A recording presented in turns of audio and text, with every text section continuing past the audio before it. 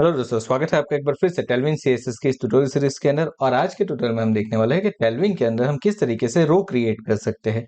अब जिस तरीके से हमने टेलविन के अंदर कॉलम क्रिएट की थी, वैसे ही हम यहाँ पे रो भी क्रिएट कर सकते हैं, लेकिन उसके अंदर जो हमारा रो का अलाइनमेंट होगा वो कुछ अलग तरीके से सेट होगा। वहां पे भी डेटा तो हमारे कॉलम फॉर्मेट के अंदर ही सेट होगे। तो चलिए देखते हैं कि हम किस तरीके से ये सारी चीजों को कर सकते हैं। तो सबसे पहले हम क्या करते हैं, तो हमने यहाँ पे जो कॉलम क्रिएट किया उस कॉलम को हम अभी के लिए कर देते हैं रिमूव। एंड हम चले जाते हैं हमारे ऑफिशियल डॉक्यूमेंट के अंदर, टेलविन के। तो देखिए, टेलविन के ऑफिशियल डॉक्यूमेंट में अगर आप आते हो तो यहाँ पे मुझे रो का फॉर्मेट दिया हुआ है कि आप किस तरीके से कर सकते हो।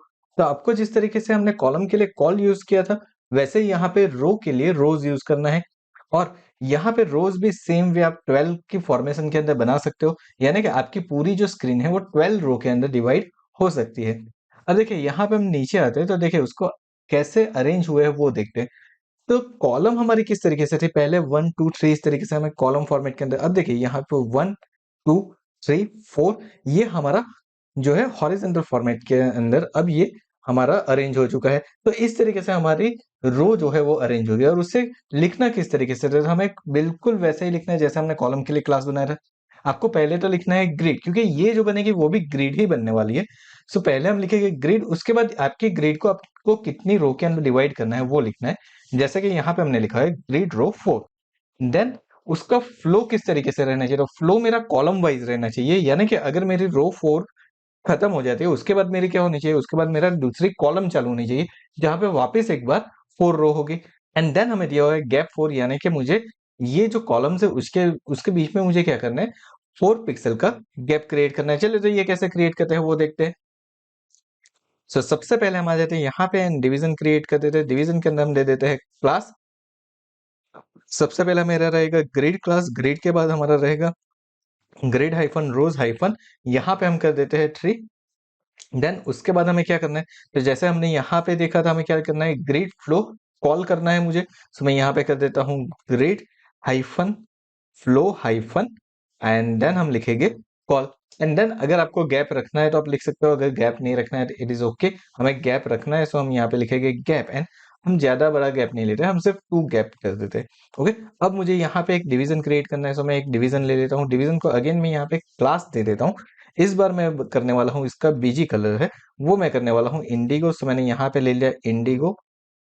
एंड देन उसका मैं ले लेता हूँ लाइक 800, थोड़ा सा डार्क कलर हम ले लेते हैं। टेक्स्ट को हम कर देते हैं टेक्स्ट हाइफन, इसको हम कर देते हैं व्हाइट। चलिए तो हमने यहाँ पे व्हाइट कलर ले लिया है टेक्स्ट का। देन हम क्या करते हैं, इसका जो टेक्स्ट है उसको कर देते हैं टेक्स्ट सेंटर।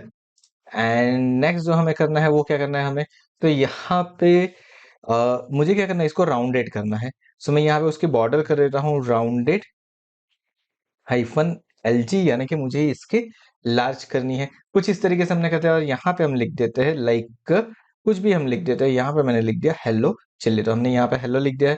एक बार इस पेज को रिफ्रेश करके हम चेक करते हैं कि हमारा आउटपुट किस तरीके से दिख रहा है। तो देखिए मुझे कुछ इस तरीके से आउटपुट दिख रहा है, that is okay. So now अब यहाँ तक हमारा हो चुका है।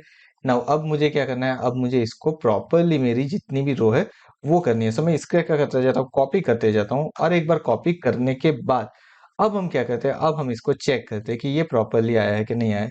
तो देखिए अब आप देख पा रहे हो कि यहाँ पे मेरी जो कॉलम है उसके अकॉर्डिंग हमने 3 3 की कॉलम ली थी, हमने यहाँ पे 8 कॉपीज ली है। तो देखिए मेरी सारी चीजें यहाँ पे डिस्प्ले हो रही है एंड प्रॉपरली डिस्प्ले हो रही है। That means it is working absolutely fine.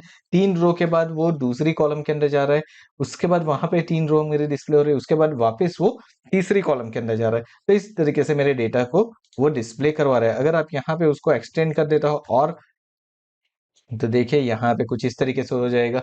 So this is the way कि आप क्या कर सकते हो, इस तरीके से अपनी रो क्रिएट कर सकते हो टेलविन सीएसएस के अंदर। आई होप आपको पता चल गया होगा कि टेलविन के अंदर आप किस तरीके से रो क्रिएट कर सकते हो। यहाँ पे अगर आपको मार्जिन देना है, पैडिंग देना है, तो आप अपने हिसाब से दे सकते हो। मार्जिन का क्लास आप क्रिएट कर सकते हो, पैडिंग का क्लास भी आप क्रिएट कर सकते हो। So thank you so much for watching this video. I hope आपको पता चल गया होगा कि एग्जैक्टली किस तरीके से रो बन सकती है टेलविन सीएसएस के अंदर। और अगर पता चल गया है और आपने अब तक हमारी चैनल को सब्सक्राइब नहीं किया तो पहले तो चैनल को सब्सक्राइब कर लो, नोटिफिकेशन बेल आइकन के ऊपर क्लिक कर दो ताकि टेलविन के आगे आने वाले ट्यूटोरियल की आपको नोटिफिकेशन मिलती रहे। Thank you so much once again for watching this video.